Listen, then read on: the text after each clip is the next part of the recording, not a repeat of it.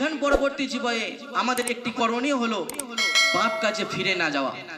পাপ কাজের ক্ষেত্রে নিজেকে একবারে অটল থাকা, নিষ্ঠায় রেখে দেওয়া যে রমজান পূর্বে আমি এই পাপ করেছি, আবার এই পাপে আমি কিভাবে ফিরে যেতে পারি।